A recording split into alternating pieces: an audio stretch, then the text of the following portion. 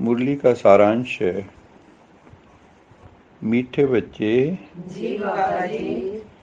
याद में रहने की ऐसी प्रैक्टिस करो जो अंत में एक शिव बाबा के सिवाय दूसरा किसी की भी याद ना आए।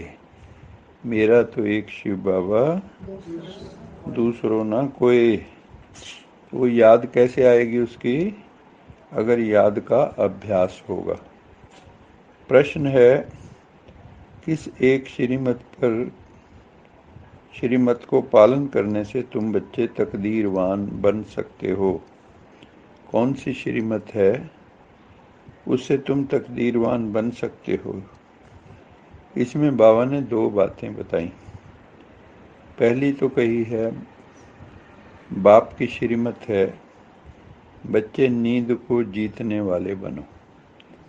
रात को भी नींद को जीतो, योग लगाओ, उठकर बैठो, और अमृत वेले भी उठ के बैठो। नींद कम करो, है ना। योगियों की नींद अपने आप ही कम हो जाती, क्योंकि उनकी योग निद्रा होती है। सवेरे का समय भी बहुत अच्छा होता है, अमृत वेला। अमृत वेला सच नाऊं वड्याई विचार। सुबह उठ के परमात्मा की महिमा करो, गुण गाओ। उस समय उठकर मुझ बाप को याद करो तो तुम बख्तावर बन जाएंगे। बख्तावर मतलब तकदीरवान, बख्त वाले। जिनकी तकदीर कम होती है तो उनको बोलते हैं कम बख्त। क्या बोलते हैं? हाँ, आम भाषा में लोग बोल देते तो कम खत है, कम बख्त। इसका भाग्य खत्म है। अगर सवेरे सवेरे मान लो उठते नहीं हो तो जिन सोया तिन खोया। जिन सोया और जिन जागा तिन पाया। फिर सोना और खाना, बाबा कहते सोते हैं, खाते हैं, दुनिया के काम कर लिए, भगवान को याद नहीं किया। बाबा कहते ये सब गंवाने की श्रेणी में आता है। इसलिए क्या करना है, सवेरे उठकर बाबा को याद करने की आदत डालनी है। तो ये अविनाशी ज्ञान रत्नों का दान मिल रहा है, तुम आत्माएं झोली भर लो। बाबा कहते रात को जब आत्मा सो के उठती है तो अशरीरी होके, रात को सोती है तो अशरीरी होके विश्राम पाती है। क्योंकि जो नींद है इसमें भी आदमी शरीर को छोड़ देता है, आत्मा, तो फिर वो रेस्ट में चली जाती है। बच्चों को बाबा कहते हैं, तुम हमारे बच्चे हो, हम तुम्हारे बच्चे। कैसी बढ़िया बात है। तुम हमारे बच्चे हो, हम तुम्हारे बच्चे हैं। बाप बच्चा बनता है, ये तो बड़ी समझने की बात है। बाप अपने बच्चों को वर्षा देते हैं। वैसे मैं सौदागर भी हूँ। तुम्हारा कौड़ी जैसा तन मन, ये सब वर्थ नाट पैनी है। वो पुराना तुम्हारा सब कुछ लेके फिर तुमको दे देता हूँ कि ट्रस्टी होके संभालो। गृहस्थी बन के नहीं संभालना है, ट्रस्टी होके संभालना है। तुम सब सजनियाँ भी हो, मैं साजन हूँ। तुम सब कौन हो? एक ही साजन को याद करना। देह सहित सब संबंधों को भूलते भूलते एक की ही इतनी याद रहे जो अंत में ना ये शरीर और दुनिया की कोई भी चीज याद ना आए।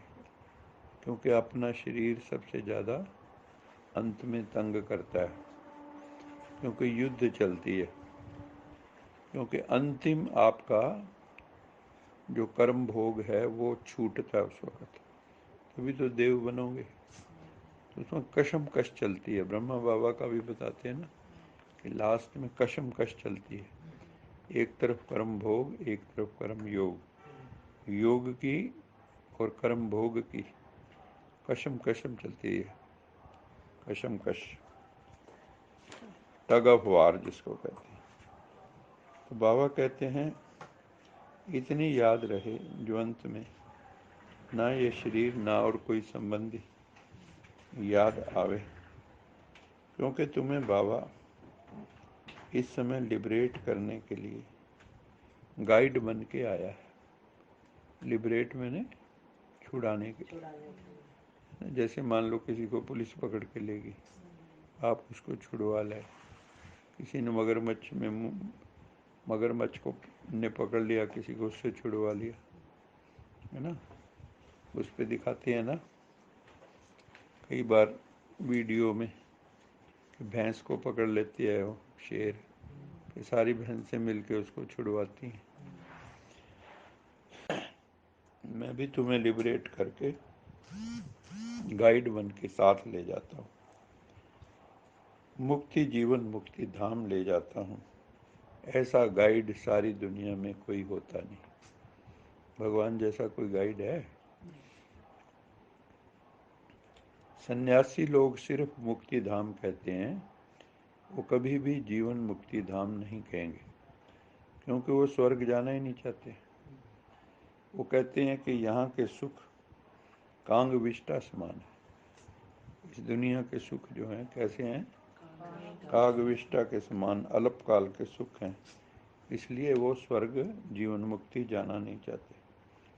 बाबा कहते हैं मैं हूँ दुख हरता सुख करता।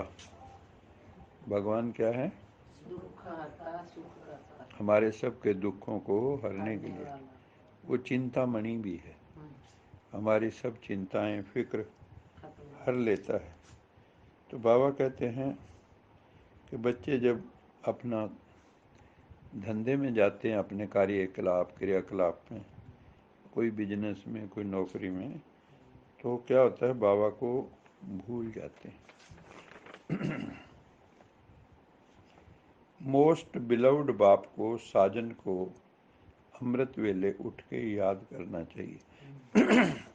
याद करने का सहज तरीका ही है कोई न कोई रिश्ते से याद कर। क्या समझे? दुनिया में भी किसकी याद आती है? जिससे आपका रिश्ता है। जिससे रिश्ता ही नहीं है उसकी याद आती है? इतनी दुनिया पड़ी, आपको किसकी याद आती है? जिससे रिश्ता है उसी की आएगी। तो बाबा कहते हैं मेरे से रिश्ता जोड़ो, कभी साजन के रूप में याद करो, कभी सजनी के रूप में याद करो, कभी मुझे बच्चा बना लो। खुद बच्चे तो बन ही जाते हो। तो बाबा कहते हैं आधा कल्प से साजन बिछड़ा हुआ है।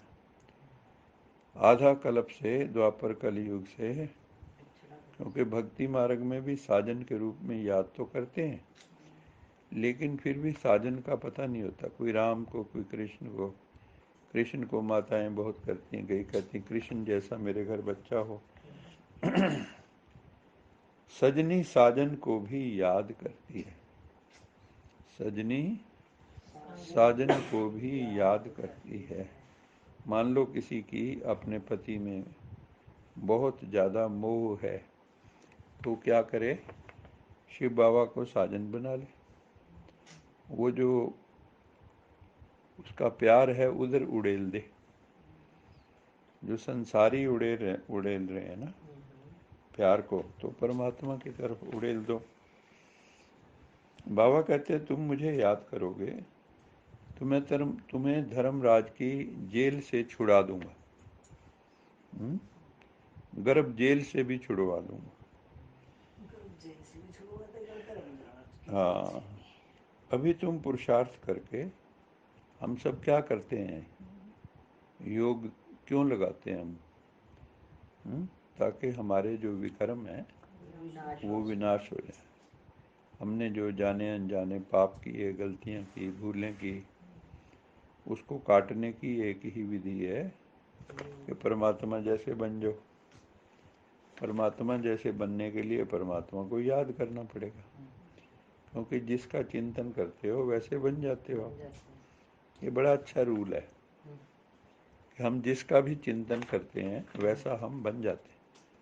अगर नेगेटिव चीज़ों का चिंतन करोगे तो नेगेटिव होते जाओगे।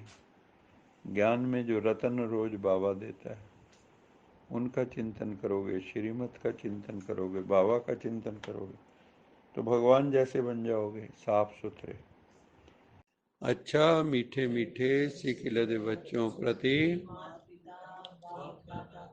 याद प्यार, गुड मॉर्निंग रूहानी बाप की, रूहानी बच्चों को नमस्ते। हम रूहानी बच्चों की, रूहानी मात पिता बाप दादा, याद प्यार, गुड मॉर्निंग, गुड नाइट और नमस्ते। सदा रहो हंसते, कहीं नहीं फंसते, बन जाओ रिश्ते, बांध लो अपने बस्ते, चलो प्रभु के रास्ते।